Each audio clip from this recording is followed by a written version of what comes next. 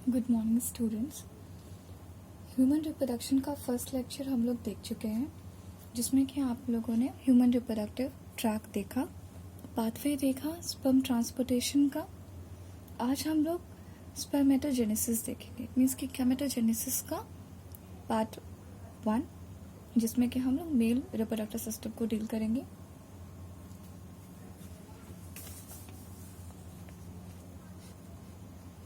I hope so कि आप लोग पहला लेक्चर बहुत अच्छे से पढ़कर आए होंगे।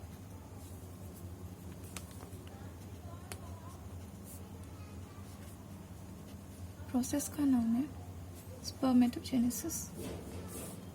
It means formation of the sperms.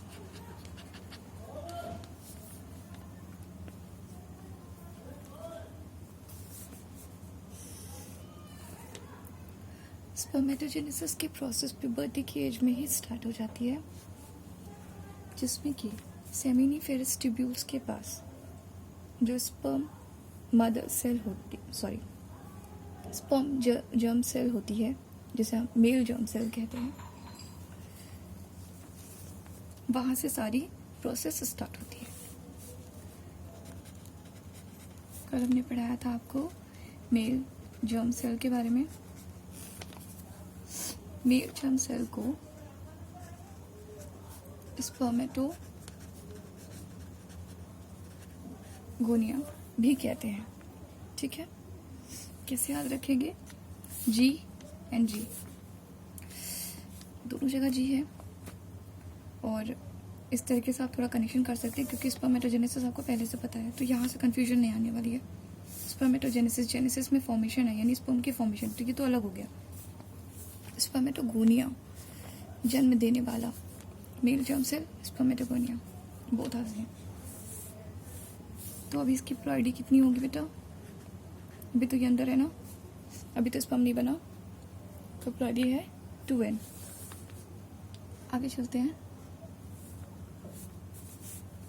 Spermatogonia mitosis करके, बहुत सिंपल है ये चीज़ याद रखना कि कहाँ माइटोसिस हो रही है, कहाँ मेयोसिस हो रही है, आप ऐसे याद रख लीजिएगा।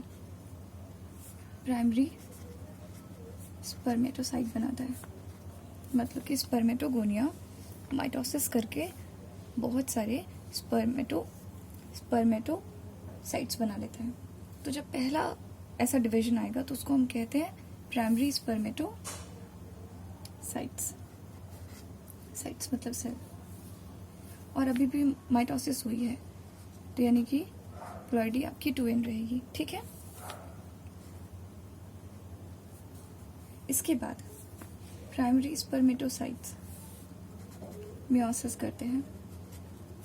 मियोसिस में आपको पता है, 11th में आपने देखा है, मियोसिस पार्ट 1 होती है, मियोसिस पार्ट 2 होती है, 2 पार्ट में मियोसिस कंडक्ट होती है। स्पर्मेटोसाइट्स मियोसिस करेंगे और फॉर्म करेंगे सेकेंडरी स्पर्मेटोसाइट्स। ठीक है, अब क्या प्लॉइडी हो जानी चाहिए? मियोसिस किया ना, n। ओके, स्पर्मेटोसाइट्स मियोसिस 2 में जाएंगे। मियोसिस 2 में क्या बनाएंगे? ये स्पर्मेटिड बनाएंगे, स्पर्मेटिड्स बनाएंगे। और आपको पता है कि प्लॉइडी चेंज नहीं होती है, पूरे मियोसिस में प्लॉइडी सेम रहेगी, क्योंकि मियोसिस हो रहा है, इसका मतलब आप ऐसा नहीं समझिएगा कि एक बार मियोसिस हुआ तो हाफ हो गया, फिर से मियोसिस करके हाफ कर लें, नहीं, ऐसा नहीं होता है। 11th में आप लोग इसे बहुत अच्छे से पढ़ चुके हैं। यहाँ जो स्पर्मेटिड्स बनते हैं वो 4 बनते हैं। ठीक है, इसके बाद एक प्रोसेस है, स्पर्मेटिड्स एक प्रोसेस में जाते हैं, नाम है स्पर्मियोजेनेसिस। ध्यान से देखिए, स्पर्मियोजेनेसिस मतलब जो स्पर्मेटिड है, अब इन्हें हल्का सा ट्रांसफॉर्म होना पड़ेगा स्पर्म बनाने के लिए। ठीक है, अब ये क्या फॉर्म कर सकते हैं? अब ये स्पर्म बनाएंगे, और स्पर्म का नाम है स्पर्मेटोजोआ, इन्हीं को हम स्पर्म्स कहते हैं। ठीक है, प्लॉइडी कितनी होगी? n होगी। क्लियर है इतना? रिपीट करें। स्पर्मेटोगोनिया होता है, स्पर्मेटोगोनिया 2n रहेगा, माइटोसिस करेगा, उसके बाद प्राइमरी स्पर्मेटोसाइट बनेगा। ठीक, माइटोसिस क्या है, इस वजह से प्लॉइडी चेंज नहीं होगी। प्राइमरी स्पर्मेटोसाइट मियोसिस करेगा, पार्ट 1, तो मियोसिस कर लिया, प्लॉइडी एन हो गई। Secondary spermatocyte ploidy, again secondary spermatocyte की प्लॉइडी एन ही रहेगी, और जब वो मियोसिस 2 में जाएगा तो स्पर्मेटिड्स बनाएगा। वो कितने स्पर्मेटिड्स बनाता है? 4 स्पर्मेटिड्स बनाता है, और अगेन प्लॉइडी कितनी रहेगी? एन रहेगी। अब स्पर्मेटिड से स्पर्मेटोजोआ बनाने के लिए एक प्रोसेस लगती है, स्पर्मियोजेनेसिस। इस प्रोसेस से स्पर्म बन जाता है। स्पर्म का ही दूसरा नाम क्या है? स्पर्मेटोजोआ। कैसे याद रखेंगे?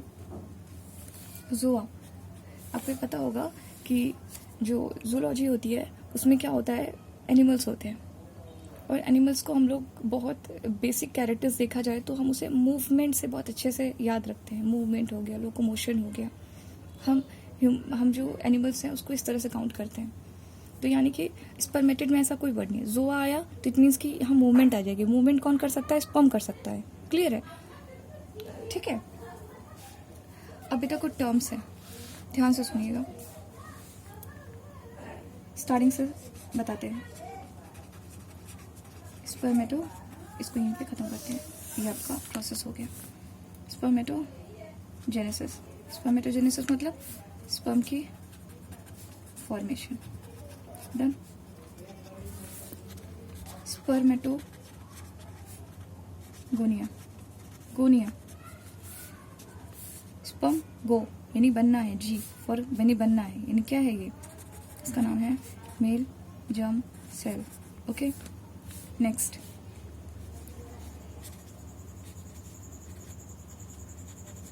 स्पर्मेटोजोआ। स्पर्मेटोजोआ मतलब स्पर्म। बिल्कुल कंफ्यूज नहीं है हम लोग, ठीक है, सब सही जा रहा है। Then spermiogenesis. अभी तक बात बताओ, एक बार स्पर्मेटोजेनेसिस होगी यानी स्पर्म को बनाने का हमने बहुत बड़ा प्रोसेस देख लिया है, तो स्पर्मियोजेनेसिस, लेकिन यहाँ पे भी कुछ जेनेसिस हो रही है ना? तो यहाँ बस इतना हो रहा है कि स्पर्म बन रहा है, ट्रांसफॉर्म हो रहा है। ट्रांसफॉर्म्ड जो आपका स्पर्म है उसको हम स्पर्मियोजेनेसिस कहेंगे।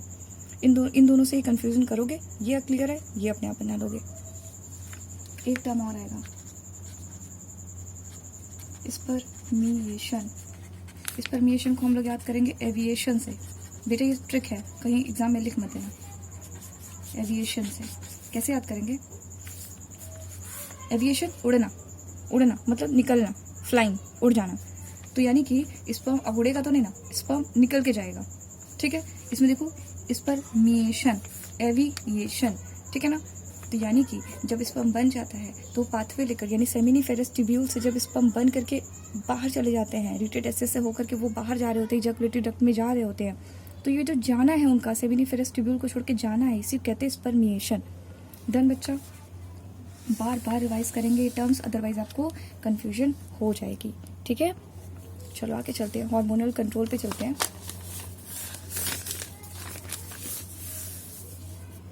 बहुत सिंपल, हम लोग पूरा एंडोक्राइन सिस्टम पढ़कर आए हैं। तो हाइपोथैलेमस याद है? याद है किसी को हाइपोथैलेमस? Hypothalamus, okay. हाइपोथैलेमस के नीचे क्या बनाएंगे आप? एंटीरियर पिट्यूटरी होती है ना, कंट्रोल करता है ना हाइपोथैलेमस। पिट्यूटरी कंट्रोल करेगा, करेगा मैम। हाइपोथैलेमस एंटीरियर पिट्यूटरी को ट्रिगर करता है जीएनआरएच के थ्रू, गोनेडोट्रोपिन रिलीजिंग हार्मोन के थ्रू। ठीक है, कि अब आप गोनैड्स को हार्मोन का सिग्नल दीजिए। कौन से हार्मोन का? एक LH और एक FSH। ओके बेटा, LH ट्रिगर करेगा लेडिक सेल्स को। बेटा लेडिक सेल्स को एक और क्या कहते हैं? Interstitial cell. देखो L for LH, L for Leydig cells, FSH, S आया ना सर्टोली सेल। दो ही तो सेल ही है हमारे पास, मेल जर्म सेल से तो हमने बना लिया था, स्पर्म बना लिया। सर्टोली सेल्स को ट्रिगर करेगा, ठीक है। एलएच क्या, ये लेडी सेल्स क्या बनाता है? लेडी सेल्स बनाता है एंड्रोजन बोले तो टेस्टोस्टेरोन, ठीक है ना। और सर्टोली सेल स्टिमुलेट करेंगे स्पर्मेटोजेनेसिस के प्रोसेस को, डन बच्चा, ठीक है। जब ये सारा प्रोसेस हो जाएगा, अब लगेगा कि ठीक है, अब हमें थोड़े टाइम का रेस्ट चाहिए, ठीक है ना। तो क्या करता है, सर्टोली सेल एक हार्मोन और रिलीज करता है, इसका नाम है इनहिबिन हार्मोन। ये इनहिबिन हार्मोन जा करके क्या करेगा, ये एंटीरियर पिट्यूटरी को बोलेगा अब हमें एफएसएच की जरूरत नहीं है, नेगेटिव फीडबैक देगा। नेगेटिव में हमेशा चीज़ें रुक जाती हैं, ठीक है। और इधर से जब इनका एंड्रोजन का काम हो रहा है, सब स्पर्मेटोसाइट सब कुछ बन रहा है अच्छे से, सब बढ़िया चल रहा है, और अब इन्हें अगर सिग्नल पहुंचाना होगा तो ये आपका इनकी पूरा लेडिक सेल से कंट्रोल है, ये एंटीरियर पिट्यूटरी के पास भी जाता है ये हार्मोन से सिग्नल, और आपके हाइपोथैलेमस के पास भी जाता है नेगेटिव फीडबैक कि भाई बंद करो, बहुत हो गया, ठीक है। क्योंकि साइकिल चलती रहती है, हाइपोथैलेमस इसको बोलते ही रहेगा तुम ऐसे करते रहो, फिर एक टाइम पर वो नेगेटिव फीडबैक देगा कि अब करना बंद करो, ठीक है। फिर थोड़े टाइम के बाद फिर हाइपोथैलेमस उसको ट्रिगर करना स्टार्ट करेगा। तो ये है आपका हार्मोनल कंट्रोल ऑफ स्पर्मेटोजेनेसिस, ठीक है बेटा। अच्छे से बार बार रिवाइज करेंगे, अदरवाइज दिक्कत होगी आपको, ठीक है। आगे चलते हैं, क्या कहा था हमने, हार्मोनल कंट्रोल के बाद क्या देखेंगे, हम देखेंगे स्पर्म का स्ट्रक्चर। जो आपने इतना पूरा स्पर्मेटोगोनिया से जो आपने स्पर्मेटोजोआ बना लिया है, तो ज़रा देखिए तो स्पर्मेटोजोआ लगता कैसा है। इसको बिल्कुल कंपेयर करेंगे अपनी बॉडी से। आपकी बॉडी में क्या है, there is a head, right, there is a head, आपके पास हेड है, very good, head. Then neck है, नेक भी है। देन ट्रंक रीजन है, आपका तो ट्रंक नहीं कहते, ठीक है। तो जैसा आपके पास कह सकते हैं, आपका जो पूरा एब्डोमेन वाला पार्ट है, थोरैकिक रीजन है आपका, तो इनके पास पूरा मिडिल पीस है, क्या कहेंगे, मिडिल पीस के बाद लेग है आपके पास, तो इनके पास भी क्या है भाई, आप लोग ऐसे चलोगे तो ये लोग नहीं मूव करेंगे क्या, इनके पास टेल है। डन बच्चा, अपने बॉडी से कनेक्ट कर दो, बहुत सिंपल हो जाएगा। इसे कहा हमने टेल। ये पूरा सिस्टम कहलाएगा हेड। ये वाला छोटा सा पार्ट जो बना है इसे कहते हैं नेक, इस बीच वाले पार्ट को कहते हैं मिडल पीस, ठीक है। इसमें बेटा बहुत सारे माइटोकॉन्ड्रिया रहते हैं, m for middle piece, m for mitochondria, done. Tail help करेगा मूवमेंट में, जैसे आपके लेग्स मूव आपके हेल्प करते हैं मूवमेंट के लिए, वैसे इसमें टेल मूव करेगा, उसकी वजह से मूव कर पाएंगे। हेड पे थोड़ा सा याद करने वाली चीज़ें हैं, ध्यान से देखो। हेड वाले रीजन पर यहीं पर आपको क्या मिलेगा, यहाँ मिलेगा आपको न्यूक्लियस। और ज़रा मुझे कोई बताएगा कि स्पर्म का न्यूक्लियस का प्लॉइडी क्या होना चाहिए, एन होना चाहिए, क्योंकि ये क्या है, ये गैमीट है, ओके। हैप्लॉइड न्यूक्लियस आपको मिलेगा। इसके बाद यहाँ पर इस पोर्शन को कहते हैं एक्रोसोम। ये फर्टिलाइजेशन में हेल्प करता है, फर्टिलाइजेशन पढ़ेंगे तब आपको पता चलेगा। और इस पूरे हेड के चारों तरफ एक लेयर प्रेजेंट है, ठीक है, जैसे कहते हैं प्लाज्मा मेम्ब्रेन। इसमें तो कोई दिक्कत नहीं है, पहले से पढ़ते आ रहे हैं हम लोग, प्लाज्मा मेम्ब्रेन, है ना बेटा। कुछ चीज़ें अगर आपको वीडियो में नहीं दिखाई देती, ये देखिए, ठीक है, तो मेरे वर्ड्स पे भी जाएंगे आप लोग। प्लाज्मा मेम्ब्रेन, इस साइक्लोसोम के पास क्या होता है बेटा, इस साइक्लोसोम के पास एंजाइम्स होते हैं, ठीक है। इन्हीं एंजाइम्स के हेल्प से वो क्या करता है, वो फर्टिलाइजेशन कर पाता है। ये है स्पर्म का स्ट्रक्चर, ठीक है। सारी चीज़ें हमने बता दी।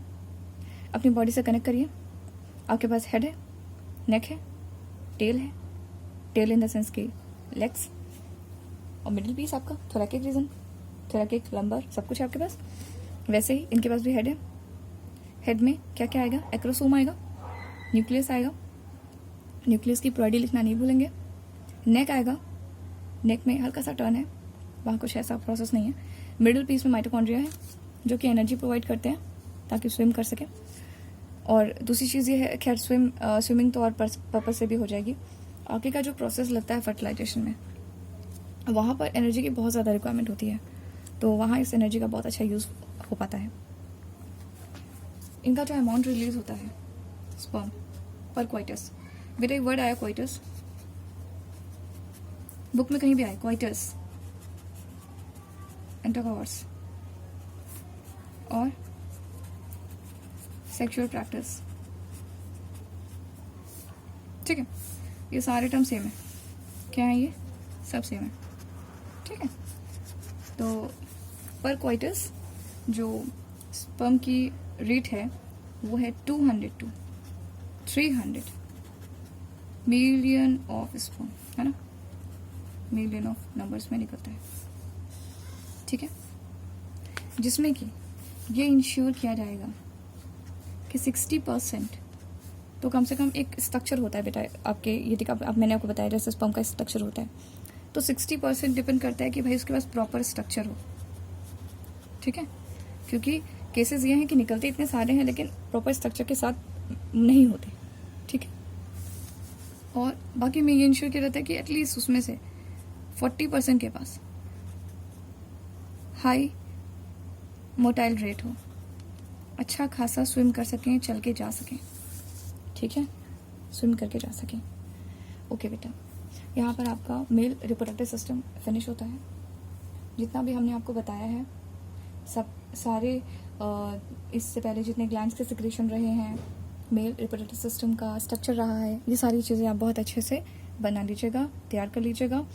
इस बार हमने आपको नोट्स के फॉर्म में ऐसे ही दिया है, जो हमने पढ़ाया है ऐसे ही दिया है, क्योंकि अगर आप ऐसे पढ़ लेते हैं तो इसको इवन इस चैप्टर में मोस्ट ऑफ दी टॉपिक्स ऐसे हैं जिसको अगर हम इस तरह से फ्लो चार्ट में शो कर देते हैं तो आप इसको बहुत ईजिली जो है लिख पाएंगे, ठीक है। तो कहीं ना कहीं आप रिविजन ज़्यादा कर पाएंगे और यहाँ पे वेस्टेज ऑफ टाइम से आप बच पाएंगे। ओके बेटा, ठीक है, आप लोग एनसीईआरटी की लाइन टू लाइन ग्रिप करिए, कहीं कोई प्रॉब्लम आती है जस्ट रिवर्ट में back. Okay, thank you class.